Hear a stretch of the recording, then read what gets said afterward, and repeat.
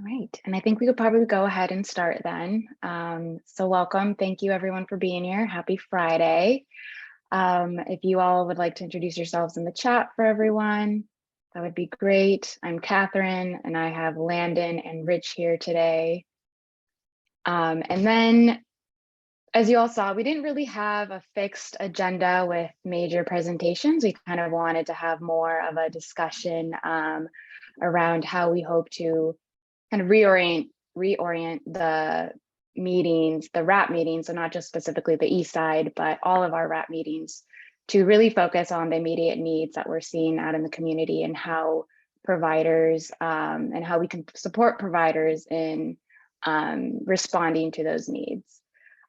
So for the East Side specifically, we're hoping to have on a regular basis reporting out from the city encampment report. So Chris Clark and Joa being here consistently and reporting kind of the more recent encampments that have been reported for the East Side. And then hearing from PD as well as to any calls to service that they're receiving for homelessness on the East Side. And just kind of getting an update as to what those are. And hopefully that'll lead to outreach and kind of are they also aware of those regions or those areas, those quote unquote hotspots as they're out in the community conducting outreach, but then mainly giving us an update as to the recent activities that they've had conducting outreach, the areas they're visiting, what needs they're seeing and how they can support one another, how we can support them as well with what they're seeing. So it's a little bit of a shorter agenda, but just kind of, again, hoping that it'll be a discussion around, what we're seeing on the East Side. And then I think long term, what we're really hoping to, because right now this is kind of phase one, right, is we created that schedule with the providers to have that consistent outreach throughout the East Side, giving them that opportunity to engage in the community, engage with individuals on a consistent basis, building that rapport, kind of getting a better sense of who is out there and what their needs are. And then hopefully in the coming week or so, I'm going to be trying to meet with the providers to, really kind of get a census of the East Side. I reached out to the county to try to get last year's report for the East Side during the point in time count as to what that census was specifically to this region. And then I know that in 2020, CityNet conducted a census and they identified 70 individuals. So understanding like what that number is for the East Side, and then really looking at who are these individuals? Are they sheltered or unsheltered? Are they already enrolled in programs potentially? I know something that we've just been talking about offline is that sometimes, these folks are actually housed, but they're just still so tied to their community. And so they're going to be kind of hanging out and interacting with those individuals that are still unhoused. And so that kind of adds to the population that we're seeing. So just trying to kind of move in that direction of identifying just really what that number is on the East Side that we have, and then really diving into who those individuals are and how we can support them. So that's kind of the direction that we're hoping to move in.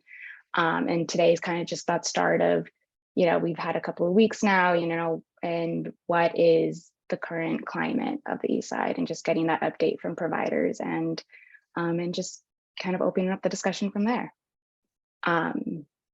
So with that said, I believe Chris Clark's not here. So then Joa, if you are ready to and able to report on the current encampment reports for the East Side. Yes, good morning, everyone.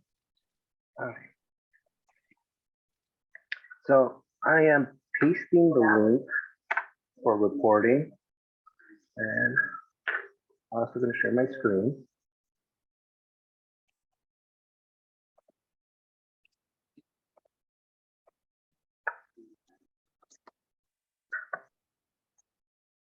Can you guys see? It's loading, Okay. or it's, yeah, I'm seeing black right now. It just says that you're going to share your screen.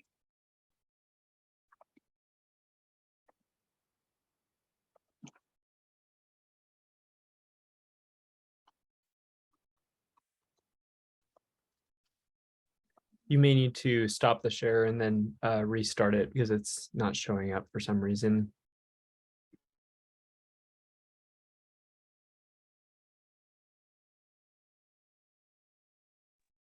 Well, it looks like he may be frozen.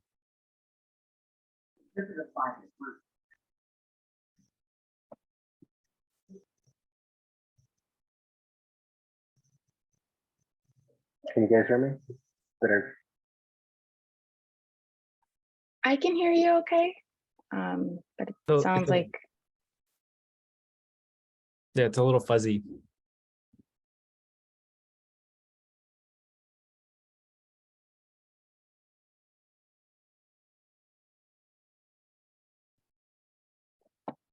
oh no, it's okay. Did he freeze? It looks like he did, yeah. I think he did, and he mentioned this morning that he froze yesterday during our homeless response meeting. There must be some issue there. Yeah. What a perfect pose. It looks like he's trying to listen. Oh, he's back. Okay. Can you guys see the screen? Oh, perfect. Yep. Okay.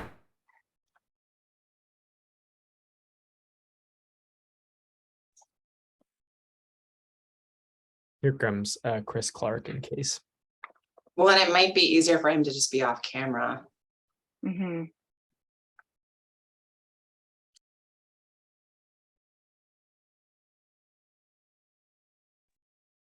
Hi, everybody. Can you hear me? Chris, Can we you can guys hear you. Yeah. Are Hi. you the backup?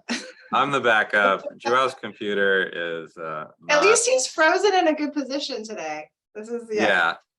He's not. It's not being cooperative. I think we need to get him a new one. So I'm going to try to open up what he had. Bear with me for a moment while I bring it up on my computer.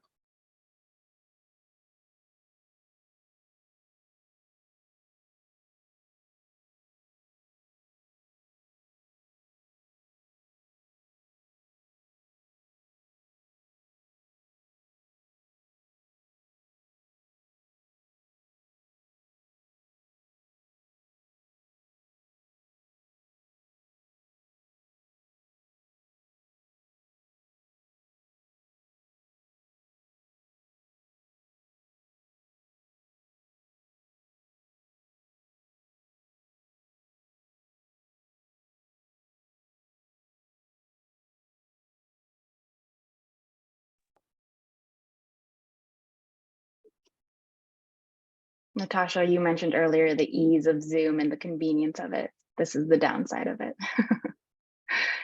Tech difficulties all the time.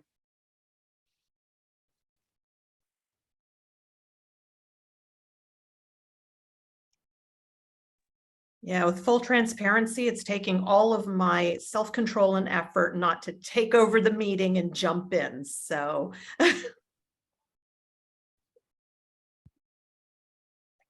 Wow, thank you. There's plenty of time for that.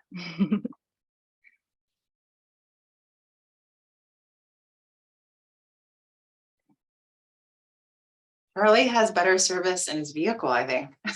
Right? Where are you located?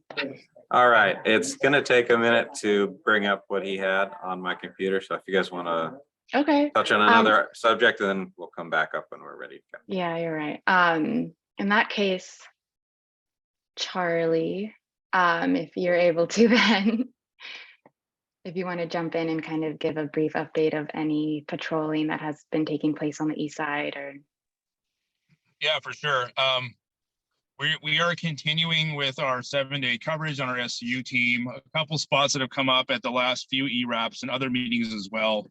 The Cacique area by path and the like surrounding streets, and then also the labor line has come up a few times. So what we continue to do is Chris Payne and I are putting together or keeping lists of active complaints and trying to really focus our attention on those areas as we can. I know his team has made numerous arrests, including felony arrests in that area, which I think will alleviate some of the issues. What we're seeing is that there's just a small percentage of folks that are causing a lot of the issues in those areas. And so by targeting the specific individuals who are creating the issues, we're having, I think, some success in mitigating some of that stuff. I know we've done some work recently in the Marburg area there, and now we've transitioned a little bit to the labor line, which has come up in the last few calls. So our goal is to continue to hear the concerns on not only the ERAP, but the other RAPs as well, and also what's coming in via email, which we get quite a few, and really focusing our efforts there. Something else that we did this week is we had actually a brief meeting with PATH, and we're trying to work in conjunction with PATH to assist them with some of the issues that they're facing in their general area. So again, leveraging our partnerships from these ERAPs and other meetings to kind of have a collective approach to some of these problems for a better long-term solution. So on the enforcement side, obviously we own that at the police department. So if there's public safety concerns or crimes that are occurring, we want to know about that. We're actively soliciting that information. And then, a lot of times some of our partners in that area, whether they be community members or business members or members of PATH or other organizations, they're feeding us some of that information. So that collective coordination has been good for us. We continue to struggle, I think, with resources. Obviously, we'd like to have a team of 10 officers out there doing this on a regular basis, but we not only cover those specific areas on the east side, we cover the entire city. So we will see. I'm really optimistic that we just graduated 6 from the academy. We have 2 laterals. That's 8 officers. That's a pretty big boost to our staffing. It's not going to solve the issue, but it's definitely, in 6 months can help us in filling some of those vacancies on some of these teams that deal with this directly. So that's kind of been our approach. Because we don't have the numbers we would like to have, we've really transitioned to focused attention on problems, along with our general proactive patrols. But what I would continue to reinforce is that if you're seeing something in your area that's ongoing and problematic, reach out to myself or Chris Payne, and we'll definitely put resources at it when we can. If you're witnessing, criminal action, crimes in action or things that are suspicious in nature, like right there in front of you that aren't ongoing, those are calls in either 911 or a non-emergency line, and we're more than happy to respond out to that. So if anybody has any questions about what we're doing or any concern areas that they want to bring up today, more than happy to take some notes on that and follow up with you either individually or on the problem itself. And I think that's it.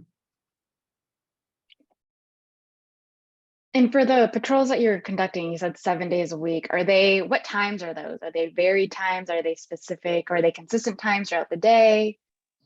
Yeah, so our proactive team, which is our street crime unit team and our co-response teams, they work typically from about 6:30 to about 4:30 in the afternoon. So there is a gap in coverage in the evening. What we've done recently is we've actually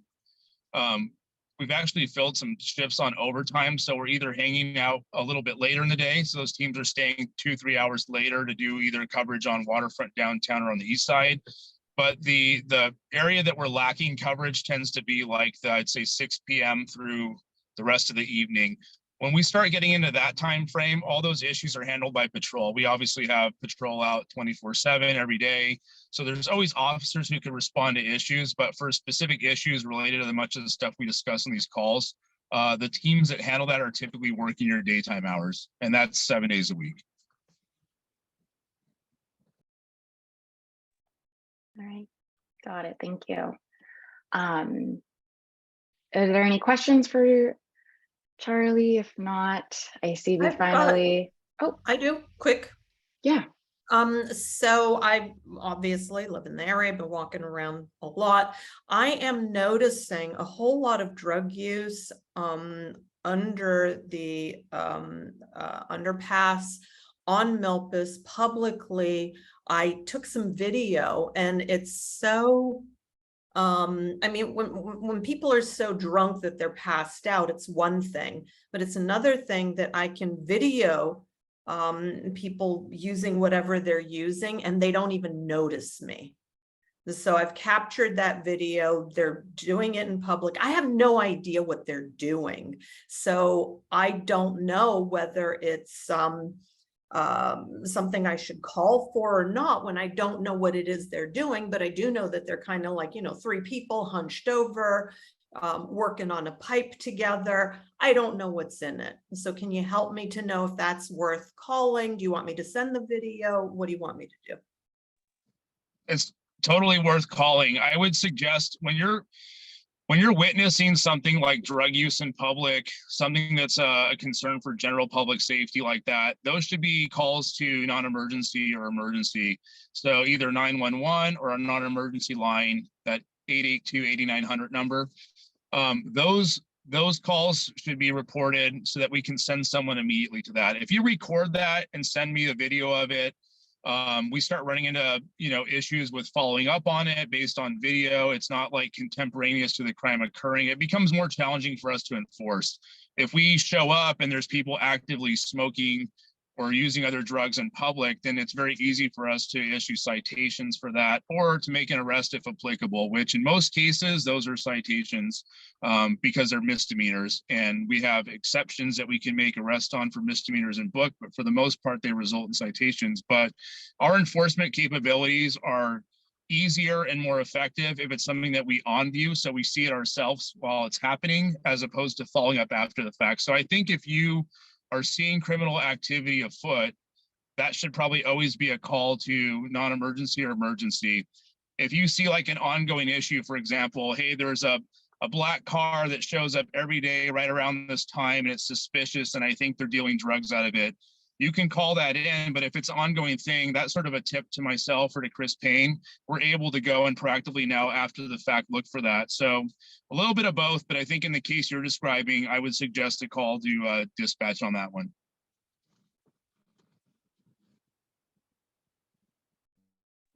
Thank you.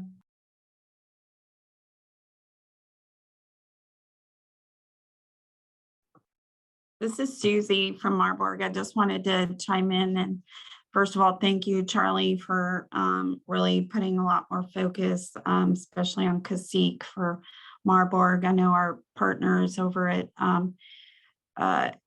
AJ Flooring, he's quite fed up. We did pick up quite a few needles that were thrown over on our fence side and continue to see the drug use in front of the building.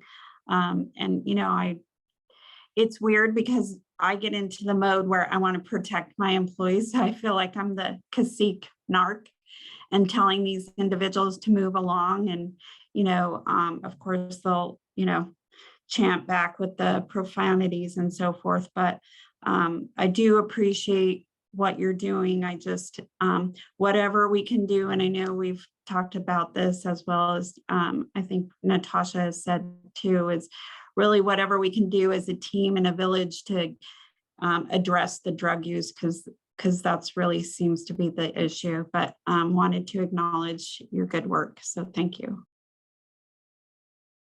Yeah, thank you. I know Chris Payne and I talked quite a bit about the stuff he's been working on with you and your team. And what I will offer, and this goes for anybody down there, business, community member, you name it.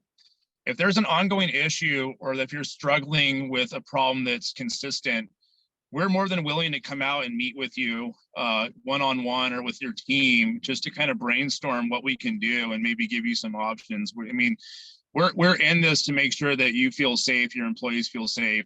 It actually disappoints us quite a bit that we can't do more for everybody. I wish I had 20 bike cops that I can send everywhere in the city. I just don't. So our goal is to be as involved as we can in helping resolve some of these issues with what we have. So if it's ever beneficial to either you or anybody else that you work with in that general area, we're always free to come out when we can, meet with your teams, discuss the issue, see what we can do as a partnership. So feel free to pass that on, and that always stands.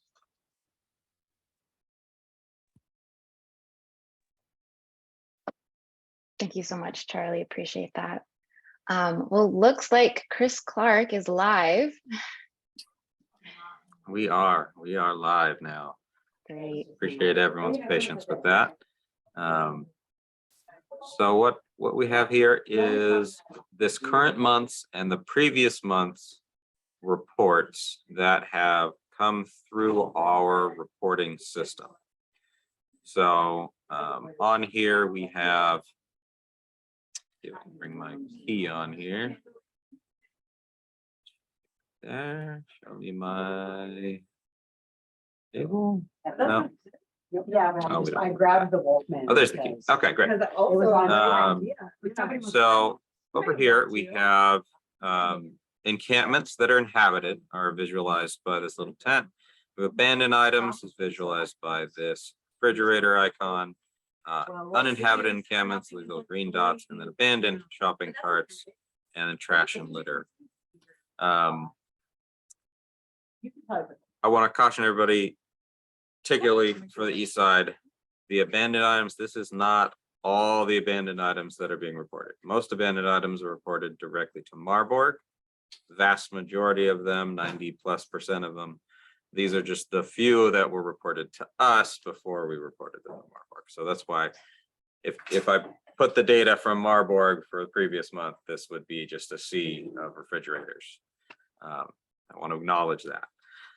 But for encampments, we can go ahead and take a look at the general areas where we're seeing them. We have one up here kind of near the high school, a couple here off Gutierrez and Montecito Street, and then a few along the freeway. And that's generally speaking what we're going to see. Every now and then you might see some that'll pop up along the creek there. What I wanted to go ahead and do is to just dive into the details on some of these and see what happened with these. So this is one, we had a duplicate report on that one, and this one was actually unable to locate. So our staff went out to this and we weren't able to find an encampment in that area.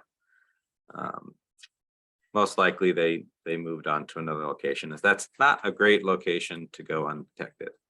Over here on East Gutierrez, we had an encampment that was inhabited. Cleanup was scheduled for yesterday, and I know that that was completed yesterday. So that one was taken care of. And we can go ahead and look down here and see that we did request outreach, but outreach wasn't able to get to that location prior to the cleanup. But I do also want to say that our staff always do offer shelter prior to the cleanups happening. Over here off of Montecito Street, another cleanup that was scheduled earlier this month, and CityNet was requested and they did go out there. Down here along the freeway, so this is that Cacique, South Alisos area. Got a little tent hiding behind that one. And cleanup was scheduled end of last month. CityNet was requested and was able to perform outreach there.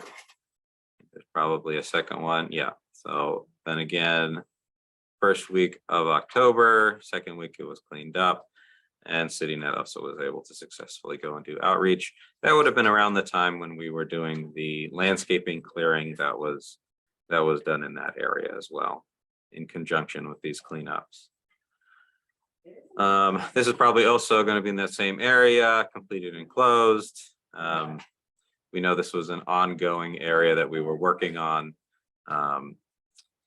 So we've labeled that one as we're continuing to work on a solution. And we do have a regular maintenance for the landscaping installed in there, and our teams are going in there regularly to check for encampments. Then we go down and we see by the creek, there are a couple of them. These would have been referred over to our creeks division. So we don't have the scheduling and cleanup data on that sort of thing. But we do refer those over to creeks. And due to the location as being environmentally sensitive, they do tend to wrap those up pretty quickly. And that also would have been sent to creeks. Over here, right off the freeway on and off ramp. These would have been referred out to Caltrans. Sometimes we do assist with those, and we also will provide the outreach, but doesn't look like CityNet was able to get out to that one yet. And this would have been most likely the same location. And again, we requested CityNet, but they haven't been able to get out to that one. So not too much being reported in over the last month and a half. But if there are any locations that anybody does want to talk about or get more in detail about, we'd be happy to discuss that. Or if there are locations that you know there are active or abandoned encampments, more than happy to know about them.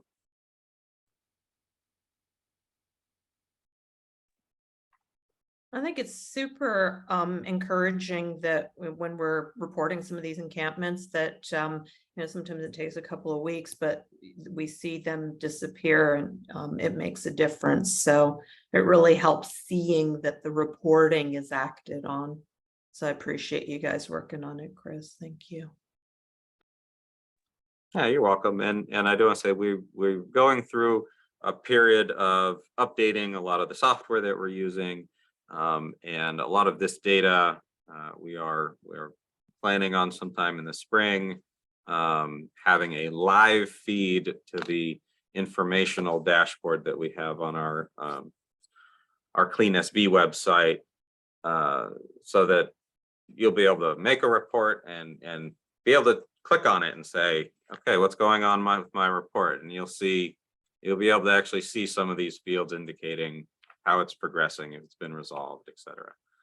We want to make that feedback of information coming into us as well as coming back out to you much more accessible and in a real-time time scale.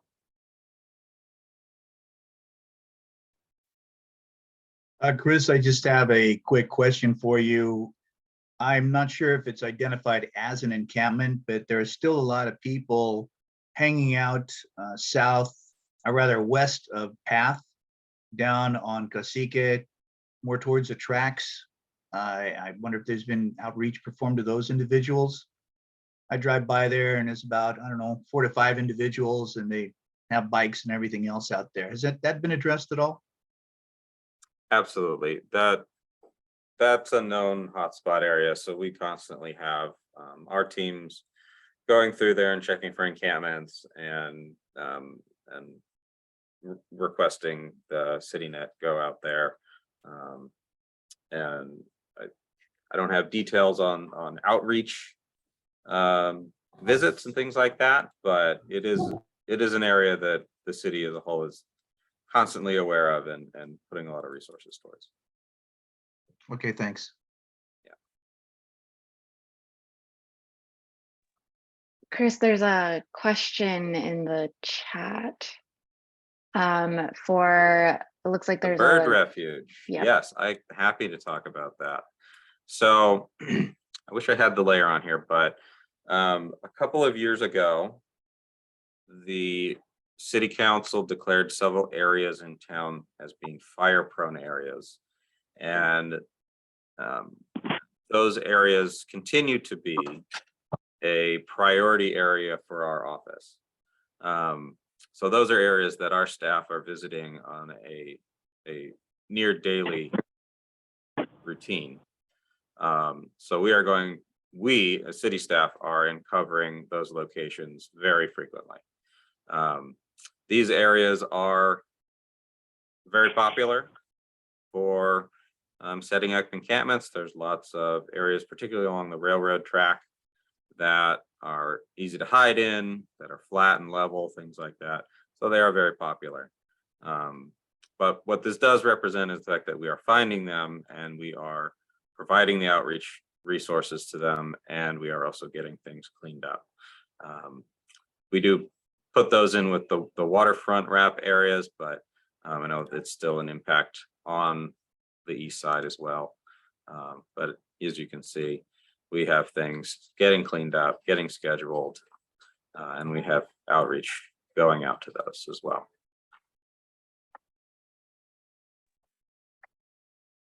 And then I had a question, because you had mentioned an encampment along the railroad, so that's Caltrans, or I think of the highway, I think it was. How is that relationship with Caltrans? I know that in the past, it's been kind of hit and miss with communication before cleanups and stuff. So through, primarily through the fire prone area project, we did develop a very good working relationship with Caltrans. Caltrans also added staff. They have 2 staff people that are dedicated to encampment and homeless related issues. So we're able to work very closely with them. They're very responsive.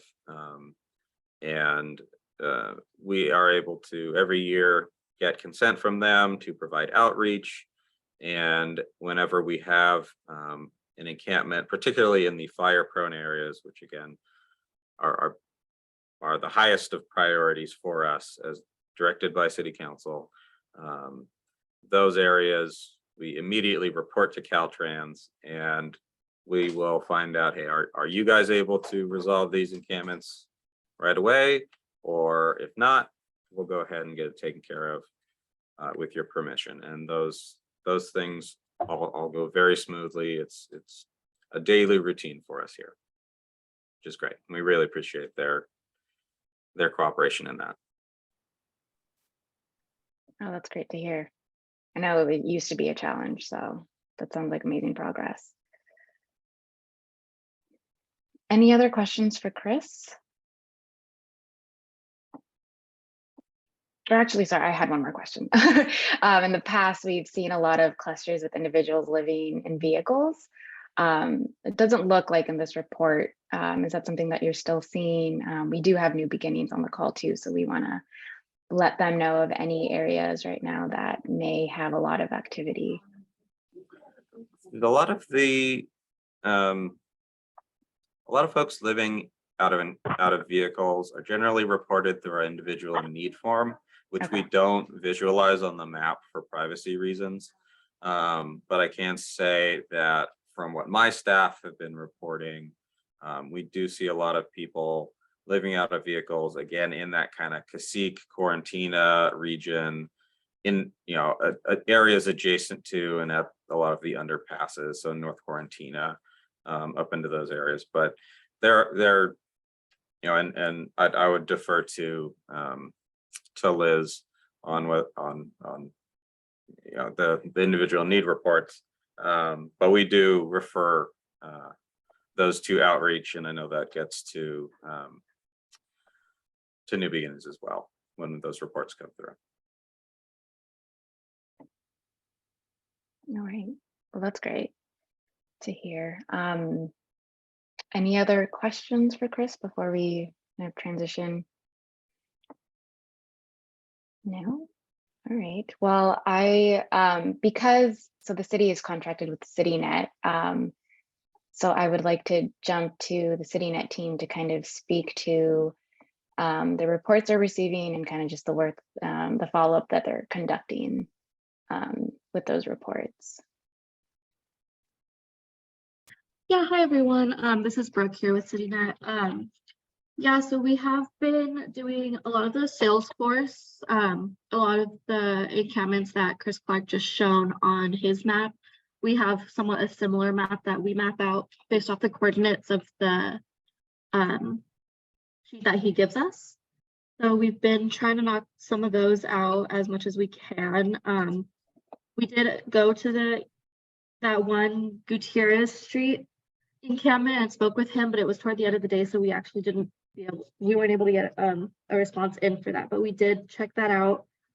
He was there, and we offered shelter, but Pat had no availability, and that was the only shelter he was willing to go to. But he was a nice individual, and he knew about the clearing that he had to do. We are going to go throughout the day today. We're actually going to leave right after this meeting to go finish the rest of the Salesforce that we have on our list. We also did some outreach with Odin over at Dwight Murphy, did some Spanish focus outreach with a lot of the folks that were there. We focused on some of the encampments that were there. Be real professional. Yeah. Okay. Yeah, we are also going to focus on some of the areas here, like on the surf region, such as like the tracks and some of the freeway exits.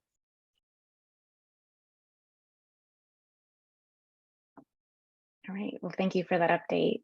And then Path actually has a brief presentation that they want to share. So I want to, before we get into that, because I think that'll kind of allow us to have a larger discussion, hopefully, can we jump to Good Samaritan for an update for their efforts? Good morning, everyone. This is Anais with Good Samaritan. When it comes to the Path area, I know that most of that close proximity is sitting at territory. So we try to just stay out of their area. But we have been meeting with Odin to try to see if we can help the neighboring area around that. We did continue to engage clients. But like I said, it's definitely not our territory. So we just want to be able to be aware of that. But if you do see anything outside of that area, please let me know. We tend to just stick with the territories that Fulcrum gives us. So that's a big one for us. But we continue to go out with Odin and try to, you know, do a lot of State Street right now. So yeah. All right. Catherine, can I add something to the conversation? Do you have a minute? Yeah, of course. So we are having quite a bit of success around Dwight Murphy and around Waterfront. We haven't seen too many cars near the bird refuge. We're having good success around Alameda. We've enrolled a few people and we found a few veterans out there. You know, and we visit the rescue mission once a week, and then of course Oak Park and Amtrak. And we're doing quite well at the times we're out there. And with the new law that the public defender can now assist our clients whose driver's license and registrations being held up because of certain tickets and stuff. And so the public defender has helped us with a few clients. So things are going pretty well out there. What we're requesting, if at all possible, is when your team sees a vehicle in a location that we're missing, if you can note the time, because we find that we believe that we may be going at a time the vehicle's not there when we hear about a vehicle once or twice and still can't find it. So if at all possible, we will adjust our outreach so that we are in contact when you're actually seeing the vehicle there. So just location and time would be great. And then our team is out. We have our team out Monday mornings throughout Goleta, Wednesday mornings all through the east side, Thursday mornings in Goleta again, and then Friday mornings, the areas that aren't so close to each other, like Oak Park, Amtrak, that kind of area. So, but we can expand whatever direction that we're needed. So, and we do have spaces and safe parking right now, both for vehicles and RVs. So yeah, if we can get those times, that'd be great. And then are you able to put your the best phone number to make referrals for not just providers, but if the community members if they're seeing individuals in vehicles, who they can contact to try to make you aware of that? Yeah, and I'll actually just give you the direct line to my desk, since the answer machine is always on there and it's checked, every time if I'm out of the office, as soon as I get back in, I check it again. So I'll put that in the chat. Thank you.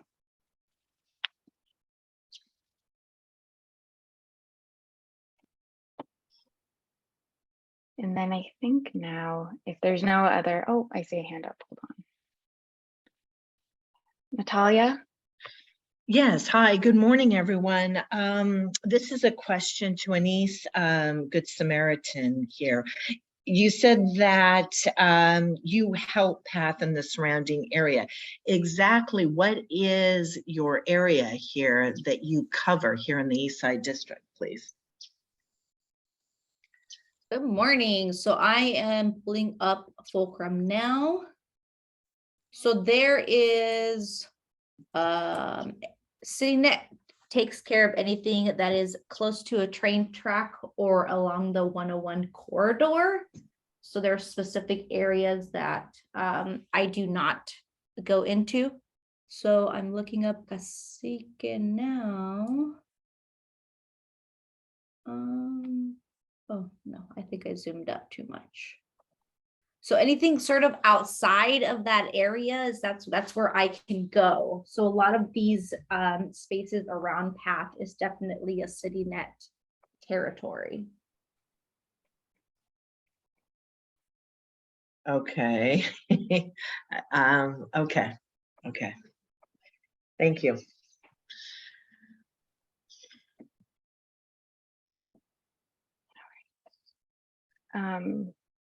And then I think Landon, are there any other for CityNet or Good Samaritan, any other questions? If not, we can jump to Pat's portion of their recent activities and kind of just what they're seeing. Landon, were you able to make Jonathan co-host? No, I can do that right now.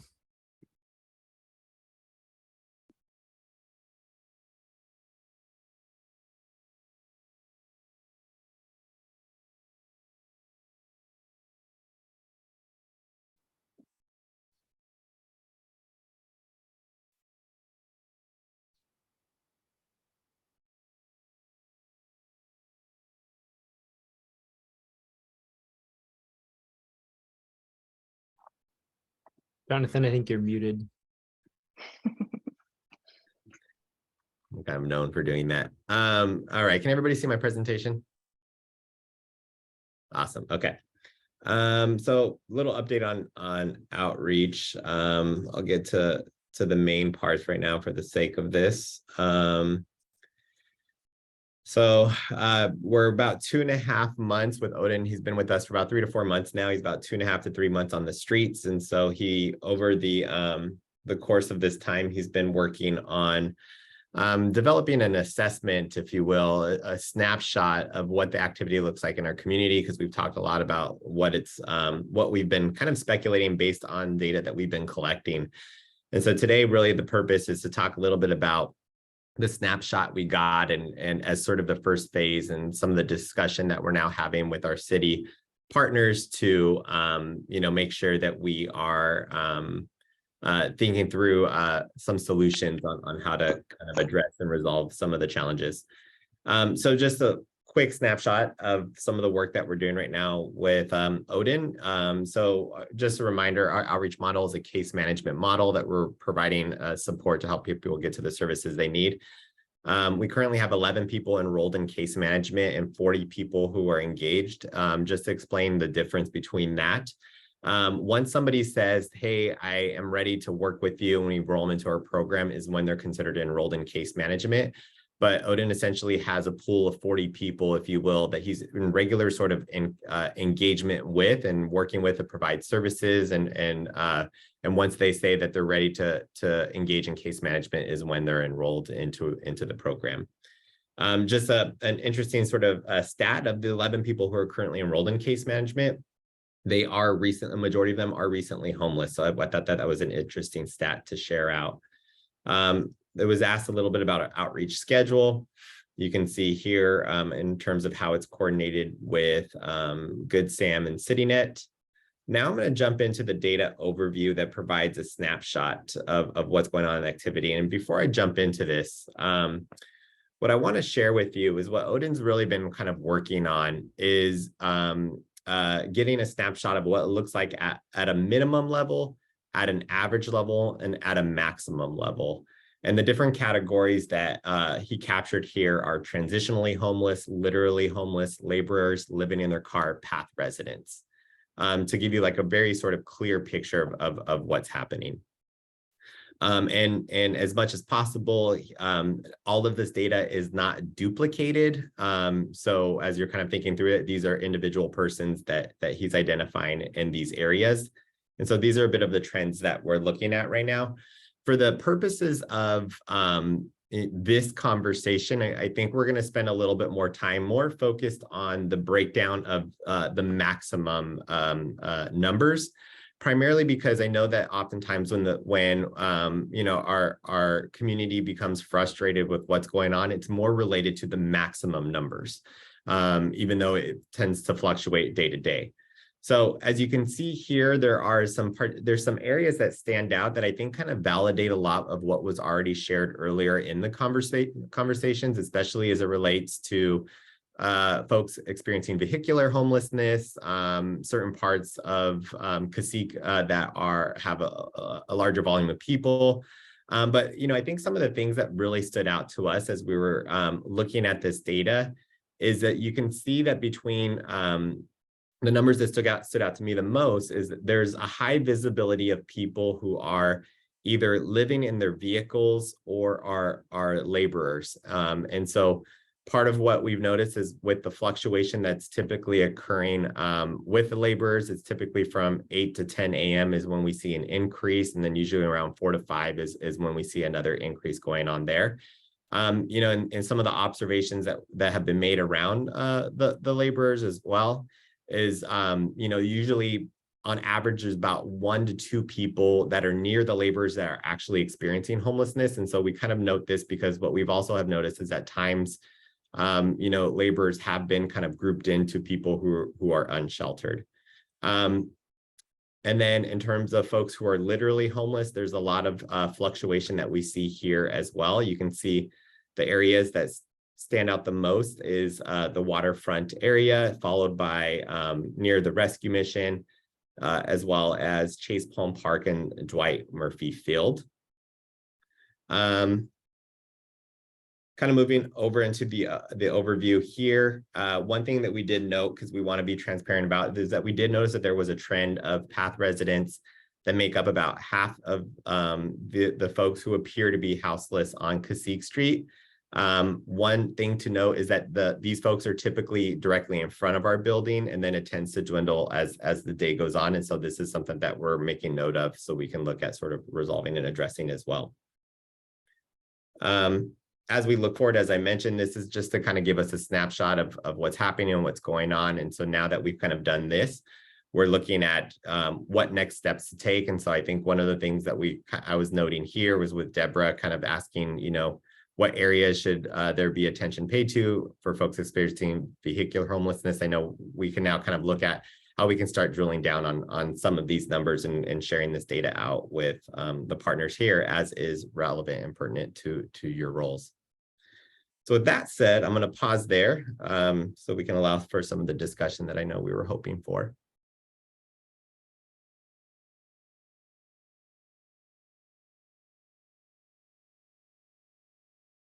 First, I mean, are there any questions for PATH and anything that you're seeing there with their presentation? Hi, Catherine. This is Liz here. I just want to start off with saying thank you and how wonderful it is to have this information. It's really excellent to have actual data that we can work with. So I want to first start with being grateful for Odin and doing such a great data collection. So thank you.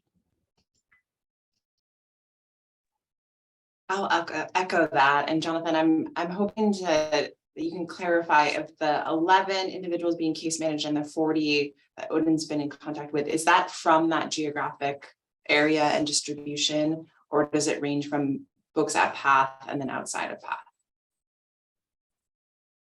Go ahead, Odin. Sorry, could you repeat the question one more time? Just that the 11 individuals that you're currently case managing and the 40 that you're in contact with, is that from the data collection set that we just saw, or is that both a combination of people who are at PATH and then outside of PATH? Oh, it's all of my clientele are outside of PATH. Okay. I don't case manage anybody that is inside as a resident of PATH, and all of the 11, most of them are a good portion are on Cacique, but I'm seeing a lot of success, especially towards Chase Palm Park. That's great. Yeah, especially towards Chase Palm Park and towards like the rescue mission area. That's great. Thank you so much for clarifying that. This is Susie from Marble.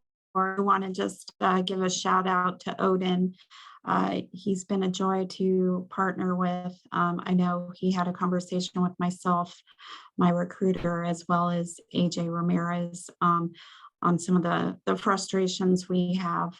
And I just encourage Odin and Jonathan to partner with the local businesses so that we can ensure that if they are residents of Path that are doing drug use in front of our businesses, that that we come up with a strategic way to curb that or move it away from our businesses because we've it's the worst that it's ever been. And so, you know, it is going to take a solid partnership.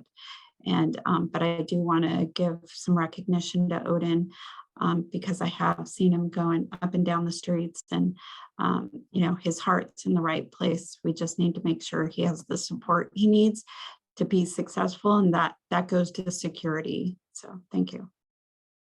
Thank you for sharing that, Susie. And I just want to echo that you know, I'm very thankful for the work and data collection that Odin has been doing. I asked him to do a snapshot of our community, and these were the categories that he sort of categorized himself to make sure that everybody had a sort of a vivid picture of what was happening. And just to kind of follow up on that, Susie, that's completely our intention as well, is making sure that our outreach is connected to the business stakeholders to make sure communication is flowing, because we know when that communication is going going both ways, that it helps kind of strengthen our outreach efforts as well.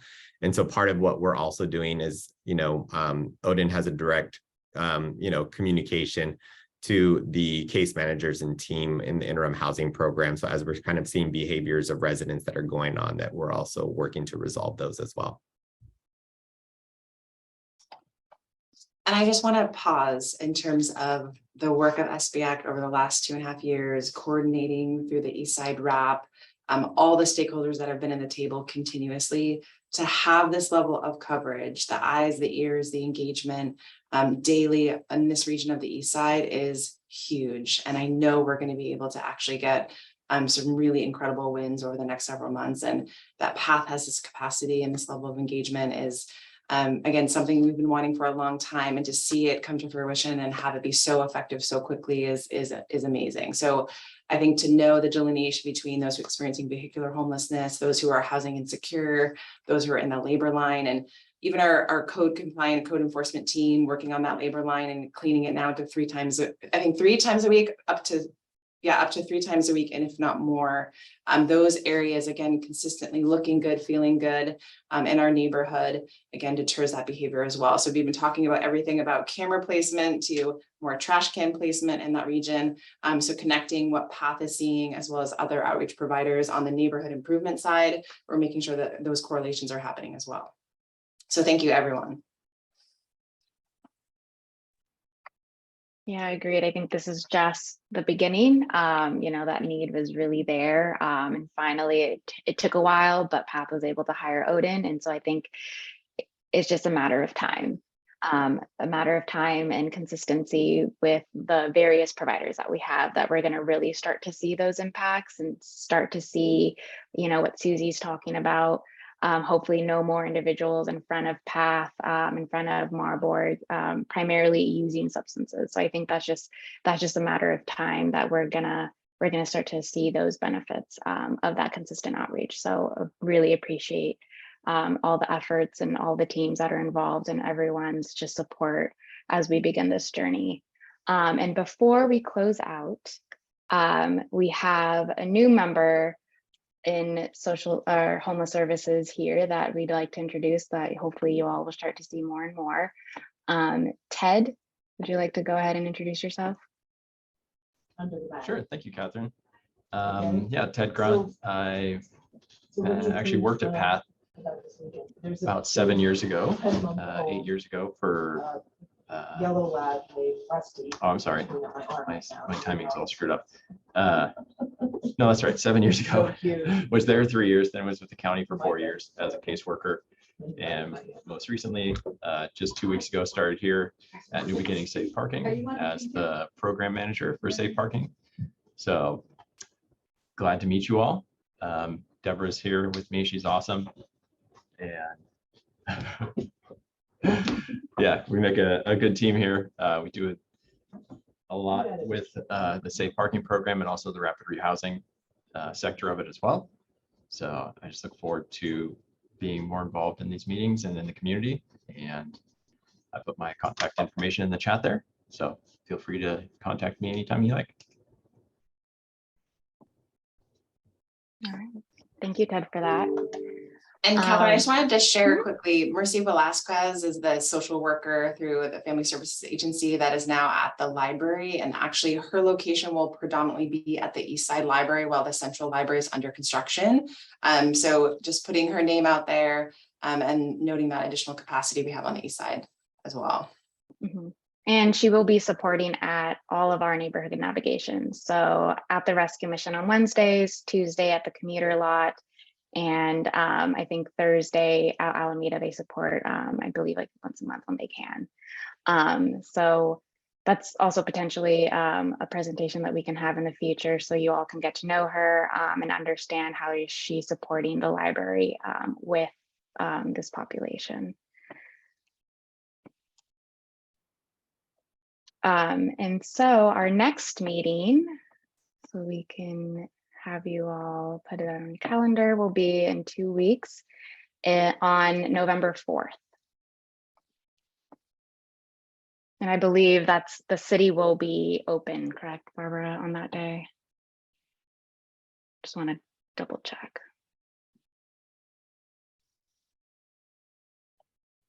Yep, we're open. Yeah.